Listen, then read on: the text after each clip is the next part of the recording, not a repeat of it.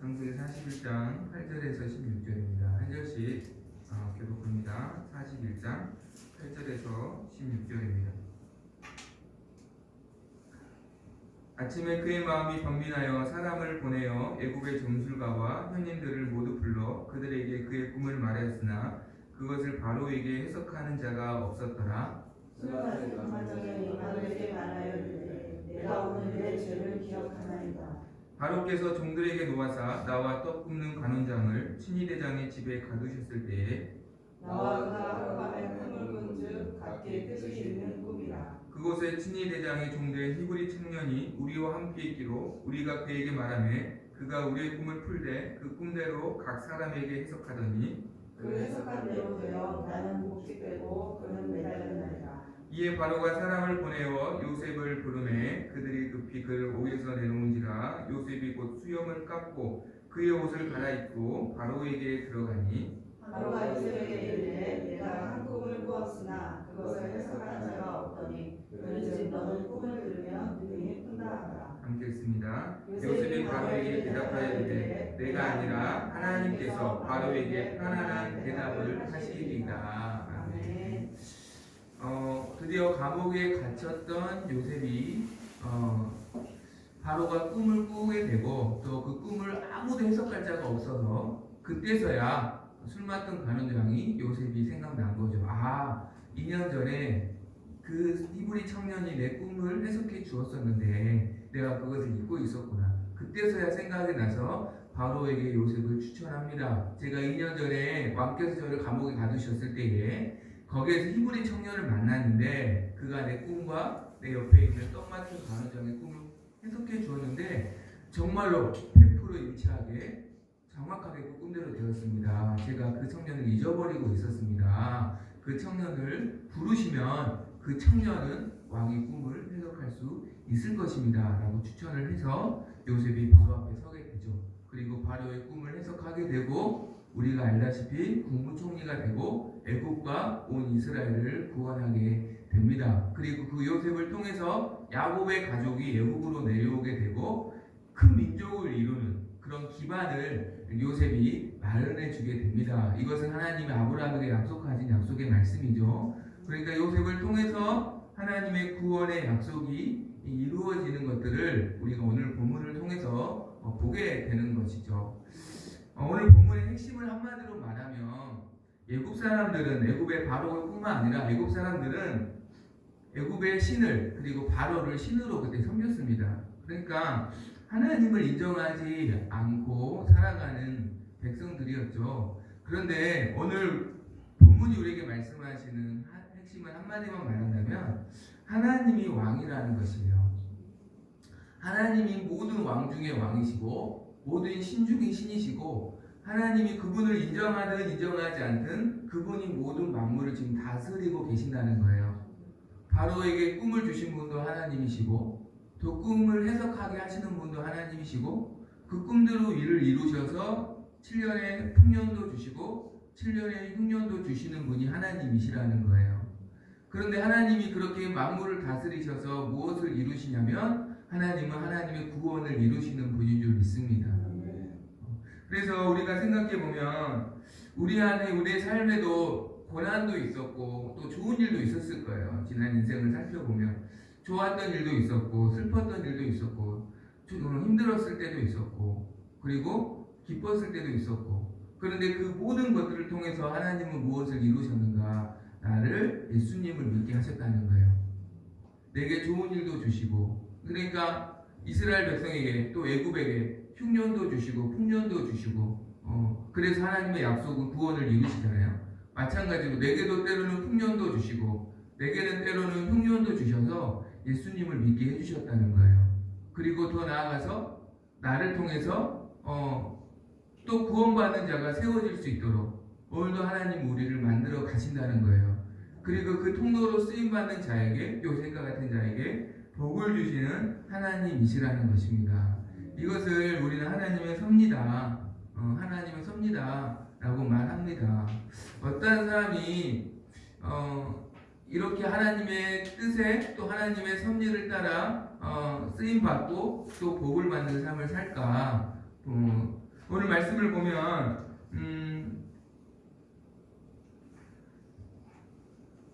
한번 우리 이렇게 15절, 16절의 말씀 한번 읽어보겠습니다. 15절, 16절입니다. 자, 함께 읽습니다. 이제 요셉이 바로 앞에 섰어요. 바로 앞에 서서 바로가 요셉에게 이렇게 말하죠. 15절, 16절 함께 읽습니다. 시작. 바로가 요셉에게 이르되 내가 한 꿈을 꾸었으나 그것을 해석하는 자가 없더니 그런즉 너는 꿈을 들으면 능히 푼다 하더라. 요셉이 바로에게 대답하여 이르되 내가 아니라 하나님께서 바로에게 편안한 대답을 하시리이다. 바로 앞에 선 요셉입니다. 그때 바로가 너가 꿈을 정말 잘 해석한다고 들었다. 내가 꿈을 꿨는데 아무도 해석을 못했는데 너는 해석할 수 있겠느냐. 이렇게 사람들이 너는 해석할 수 있다고 하더라 라고 이렇게 바로가 묻죠. 그때 요셉이 어떻게 대답합니까? 내가 아니라 하나님께서 편안하게라는 것은 쉽게, 너무나 가볍게, 그분께는 이게 아무것도 아니라는 거죠. 너무나 편안하게, 너무나 쉽게 알려주실 겁니다 라고 말씀합니다. 여러분, 이 고백이 어떤 고백이냐면 지금까지 그 꿈을 해석하신 분은 내가 아니고 하나님이시고 나는 심부름꾼에 불과합니다. 오늘도 바로의 당신의 꿈을 해석하신 분은 하나님이시고 나는 그분이 그냥 가르쳐준 대로 말할 뿐입니다. 그러니까 나는 심부름꾼일 뿐입니다. 진짜 그 꿈을 해석하신 분은 하나님이십니다. 즉 하나님이 주인이시고 나는 종일 뿐입니다 라는 것을 지금 고백하는 것이죠. 그리고 그의 믿음대로 하나님께서 바로의 꿈을 가르쳐 주시고 해석해 주셔서 요셉에게 알려주시고 요셉이 그 꿈을 바로에게 해석합니다. 그 해석은 우리가 잘 알다시피 바로가 꾼 꿈은 이거잖아요. 살찐 암소 7마리가 있었는데 파리하고 흉한 7마리의 암소가 또 잡아먹어버렸고 또 실한 7이삭이 있었는데 또 정말로 말라버린 7이삭이 또 그 실한 이삭을 삼켜버렸다. 이게 꿈이거든요. 두 개의 꿈이거든요. 이 꿈의 내용은 무엇입니까? 7년에 엄청 풍년이 올 것이고 그 뒤에 엄청나게 힘든 흉년이 와서 앞에 있을 풍년을 다 까먹을 것이다. 그래서 나라가 망하게 될 것이다. 이것이 사실 하나님이 요셉에게 가르쳐 주신 해석이에요.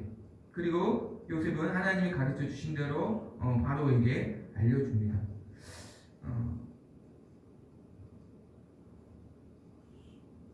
왜 바로와 그의 신하들은 이 꿈을 해석하지 못했을까 생각을 해봐요. 물론 이 꿈은 하나님이 주신 꿈이기 때문에 하나님만이 아시는 거죠. 그런데 하나님은 왜 요셉에게 이 꿈을 알려주셨을까? 그것은 16절에 답이 있어요. 요셉만이 하나님을 주인으로 왕으로 인정하잖아요. 요셉만이 하나님을 주인으로 모시잖아요. 요셉만이 하나님을 왕으로 모시잖아요. 하나님을 하나님으로 모시잖아요. 그렇기 때문에 하나님이 요셉에게 하나님의 말씀을, 뜻을 가르쳐 주신 것입니다. 여러분, 우리가 성경을 보아도요, 성경이 어쩔 때는 하나도 깨달아지지 않을 때가 있어요. 분명히 글자잖아요. 한글이잖아요. 영어로 쓰여 있는 것도 아닌데 도저히 무슨 뜻인지 모를 때가 있어요. 그냥 표현수만 잠만 오고 온갖 또 이상한 생각만 들고 막 이렇게 도저히 해석이 안 되고 그냥 글자일 뿐일 때가 있어요. 물론 내가 피곤할 때도 그럴 수 있지만 영적으로 내가 하나님과의 관계가 바르게 세워지지 않았을 때 아무리 하나님의 말씀을 들어도 이것이 은혜가 안 된단 말이에요.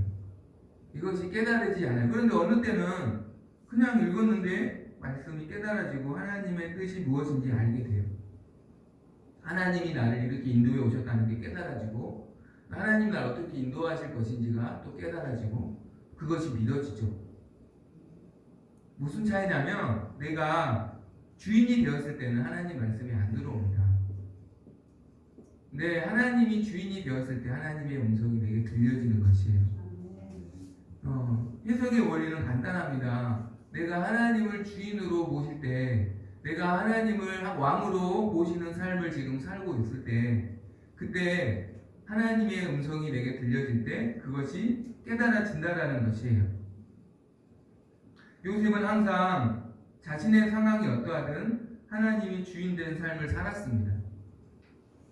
잠언 3장 6절에서 7절 말씀은 이런 말씀이 있습니다. 너는 마음을 다하여 여호와를 신뢰하고 내 명철을 의지하지 말라. 너는 범사의 글을 인정하라. 그리하면 내 길을 지도하시리라. 무슨 말이에요? 마음을 다해 하나님의 뜻대로만 살아라. 그러니까 너가 주인 되어서 너 명철을 의지하지 말라. 주인 되신 하나님을 하나님으로 모시고 그분의 뜻대로 살아라. 너가 주인이 되어서 너의 명철로 살지 말아라. 라는 말씀이에요. 한마디로 말하면 하나님이 주인 되시는 삶을 살라는 것은요, 내가 주인이 아니라는 것을 내가 주인 되지 너가 주인이 되어서는 안 된다는 거예요. 내가 주인이 되지 않기 위해 몸부림치라는 거예요. 우리는 내가 할 수 없는 일 앞에서는 하나님이 하십니다라고 많이 인정합니다. 어차피 내가 못하니까, 어차피 내 힘으로 안 되니까, 내가 믿음이 있어서도 되지만 믿음이 없어도 내가 할 수 없으니까, 할 수 없이 하나님이 왕이심을 인정할 수 있어요. 믿음이 없어도 내가 안 되는 거니까, 내 힘으로 안 되는 거니까, 내가 해봤는데 안 되니까. 그런데 내가 할 수 있는 일이면 그때 내가 주인이 될 때가 많아요. 내가 알 것 같으면 내가 주인일 때가 많아요. 그런 실수를 많이 해요. 여러분, 여호수아가 별로 이런 실수 안 했거든요. 그 여호수아서를 보면 항상 하나님께 의지하잖아요. 여리고성 어떻게 하나님 무너뜨릴 수 있을까요? 하나님 음성을 듣잖아요. 그리고 가나안과 전쟁할 때 아이성에서 한 번 전투만 빼고 100전 100승이었거든요. 그 비결은 뭐냐면 자기가 주인이 안 됐어요. 항상 하나님 이때는 어떻게 해야 될까요? 항상 하나님 이때 어떻게 해야 될까요? 그럼 여호수아 바보 아니에요. 아말렉과의 전투에서도 승리를 이끌었잖아요. 전쟁 중에 용사예요. 그리고 자기가 분명히 그 100번의 전쟁이 있었다면 자기 힘으로 할 수 있었던 것들이 있었을 거예요. 그런데 그때도 하나님 어떻게 할까요? 어떻게 할까요? 그래서 100전 100승 했어요. 그런데 딱 한번 어떤 사람들이 엄청 멀리서 온 복장을 가지고 와요. 그 사람들은 사실 가나안 민족인데 억지로 거짓말로 속인 거죠. 우리는 멀리서 왔으니 우리가 화친을 맺자.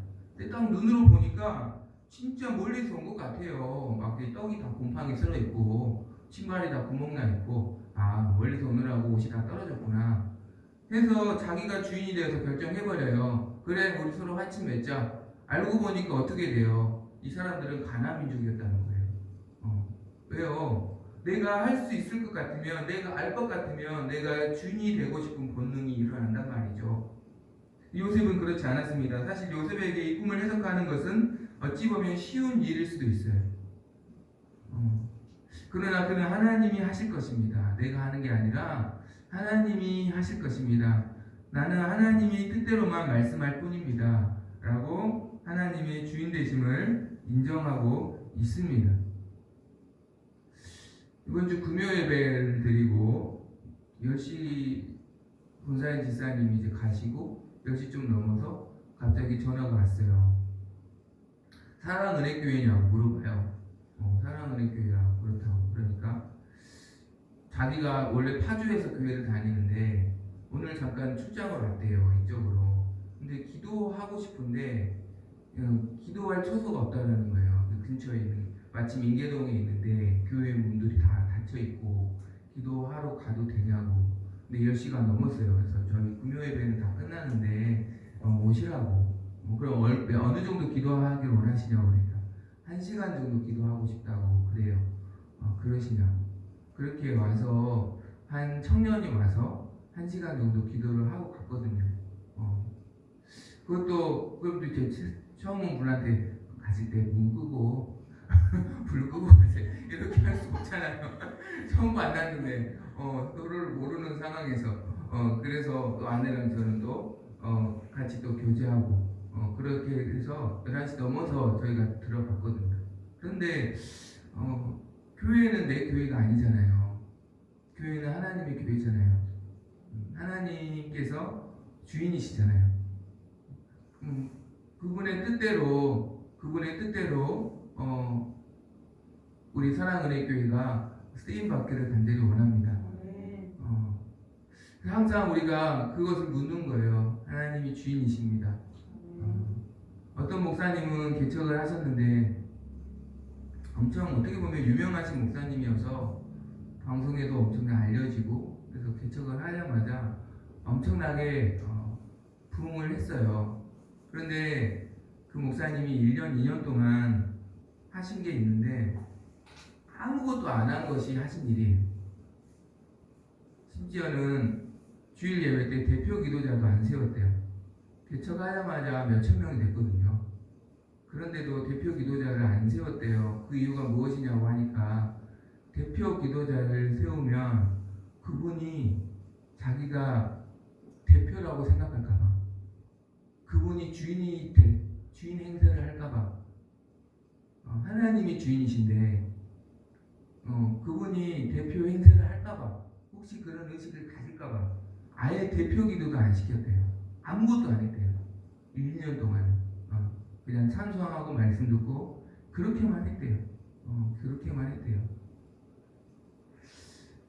그 모습이 옳다 안 옳다를 떠나서 하나님이 주인 되고자 하는 그 한 가지를 지키기 위해 몸부림침이 참 저에게는 도전이 되었습니다. 우리가 범사에 내가 아니라 하나님이 주인이십니다. 내 상황이 없다는, 내가 할 수 있는 일이든 없는 일이든, 내가 이해가 되든 이해가 안 되든, 요셉의 삶을 요셉이 어떻게 이해했겠어요? 이해가 안 돼도 하나님이 인내하라면 인내하고, 하나님이 기다리라고 하면 기다리고, 하나님이 순종하라고 하면 순종하고, 그냥 섬기라면 섬기라고. 그래서 여기까지 왔잖아요. 하나님의 때에 꿈을 이루어 주시잖아요. 요셉도 처음부터 하나님의 뜻이 다 이해가 된 게 아니에요. 여러분, 요셉이 우리가 알잖아요. 처음에 자기가 두 개의 꿈을 꿨잖아요. 형의 볏집이 자기한테 절하고, 또 별과 11별이, 해와 달과 11별이 자기에게 절하고. 그게 무슨 꿈인지 요셉은 그때 자기가 꿨는데도 해석이 안 됐어요. 근데 나중에 국무총리가 돼서 그게 이제 해석이 됐죠. 나를 통해서 하나님이 구원을 하시려고 그렇게 하셨구나. 형들이 이제 나중에 자기 발 앞에 절하는 모습을 보고 이제 깨닫잖아요. 여러분, 마찬가지예요. 지금 깨달아지지 않는 하나님의 뜻은 어찌 보면 그때 요셉이 꿈을 자기가 꿨는데도 꿈을 해석하지 못했을 때는 요셉에게 약간 미숙함이 있었어요. 형들 잘못을 아빠한테 다 고자지라고. 사실 하나님이 그걸 원했을까요? 저는 그렇지는 않다고 생각해요. 다른 사람의 허물을 드러내는 걸 하나님이 원하실까요? 그런 분은 아니시잖아요. 그걸 오히려 덮어주고 채워주고 또 기도해주고 그것을 하나님이 원하시는데, 사실 요셉은 미숙했어요. 그때는 자기도 나이도 어렸고 또 아빠의 사랑만 받다 보니까 잘 몰랐죠. 그런 부분은 다른 사람 배려한다는 것을, 다른 사람의 입장을 잘 몰랐죠. 그런데 시간이 지날수록 그가 하나님이 주인 되심을 인정하는 신앙으로 세워질수록, 하나님 되심을 인정할수록 하나님의 뜻이 항상 더 깨달아지고 또 그 뜻을 알게 되는 성숙한 사람이 되었다라는 것이죠. 내가 성장하는 만큼 하나님의 뜻을 깨닫게 될 줄 믿습니다. 그 꿈을 깨닫고 그 해석을 알려주고요. 요셉이 하나님은 요셉에게 그 꿈의 해석뿐만 아니라 그 꿈을 대비하기 위한 지혜도 주십니다. 그것이 이제 33절에서 36절이에요. 한마디로 말하면 33절부터 36절은 이겁니다. 결국은 흉년을, 반드시 하나님이 흉년을 7년 풍년 뒤에 흉년이 오는데 이 흉년으로 나라가 망하잖아요. 그래서 어떻게 하면 이 흉년을 대비할 수 있을까? 이게 사실은 핵심이거든요. 근데 그 꿈을, 이 흉년을 어떻게 대비할 수 있을까? 그 지혜도 하나님 요셉에게 주신 거예요. 무엇이냐면 지혜로운 사람을 세워서 7년의 풍년 때 수확의 5분의 1을 저장해서 다가올 흉년을 대비하면 흉년을 버틸 수 있다는 거예요. 이 지혜를 하나님이 요셉에게 주신 것이죠. 요셉에게 주신 것이에요. 그래서 결국 이 지혜를 통해서 흉년을 막아내는 것을 우리는 보게 됩니다. 그러니까 여러분 여기서 우리 중요한 또한 한 가지의 어떤 교훈을 얻는데요. 그것은 하나님의 뜻을 깨달았다면 그것을 실행함에 있어서 하나님의 지혜가 필요하다는 거예요. 예를 들어서 전도하는 건 하나님 뜻이에요. 그렇죠? 근데 어떻게 전도할 것인가 하나님의 지혜가 필요하다는 거예요. 또 사람을 섬기는 거 하나님 원하시는 거예요. 그런데 어떻게 섬길 것인가 하나님의 지혜가 필요하다는 거예요. 그래서 야고보서 1장 5절은 하나님께 지혜가 부족할 때 늘 지혜를 구하라 명령법이에요. 그러니까 지혜가 없는 상태에서 지혜가 없다고 하지 말고 지혜를 구하라. 그럼 하나님이 주신다. 그런데요, 하나님이 주신 지혜가 있고 하나님이 주시지 않는 지혜가 있어요. 이것을 분별할 필요가 있습니다. 야고보서 3장 15절은 이런 말씀이 있어요. 위로부터 온 지혜가 있고 땅 그리고 정욕의 것 귀신의 것이 있다. 그러면 하나님이 주신 지혜의 특징은 무엇인가? 이 말씀은 찾아볼까요? 야고보서 3장 17절 18절입니다. 야고보서 3장 17절 18절입니다.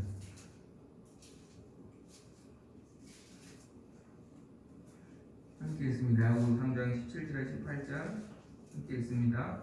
자, 시작. 오직 위로부터 난 지혜는 첫째 성결하고 다음에 화평하고 관용하고 양순하며 긍휼과 선한 열매가 가득하고 편견과 거짓이 없는. 그렇죠. 위로부터 난 지혜는 하나님이 준 지혜를 말하는 거예요. 하나님으로부터 난 지혜. 여러분 성결하고 화평하고 관용하고 양순하고 누가 생각나요? 예수님이 생각나죠. 예수님의 성품이에요. 편견이 없으시고 거짓이 없으시고 선하시고 그렇죠? 예수님의 성품이에요. 그러니까 하나님이 주신 지혜를 실행하면 이런 특징이 있다는 거예요. 예수님이 나타나는 거예요. 은혜롭다는 거예요. 한마디로 은혜로워요. 하나님의 지혜는 은혜로워요. 네. 은혜롭고 18절 시작. 화평하게 하는 자들은 화평으로 심어 의의 열매를 거두느니라. 화평하게요. 그러니까 다툼이 없어요. 이렇게 뭔가 갈등이 있거나, 그러니까 좋아 보이는데 그걸 했을 때 싸운다, 다툰다. 하나님으로부터 온 지혜가 아닙니다. 그리고 의의 열매를 거둔다. 이 의는 뭐예요? 옳은 거잖아요. 하나님 말씀이죠. 하나님의 말씀과 충돌하지 않습니다. 하나님의 말씀과 충돌하지 않아요. 그러니까 우리가 하나님의 뜻을 알고 그 뜻을 실행하는 지혜를 하나님께 구할 때 이 세 가지 기준으로 봤으면 좋겠어요. 은혜로운가, 예수님의 모습이 나타나는가, 은혜로운가, 그리고 다툼이 없는가.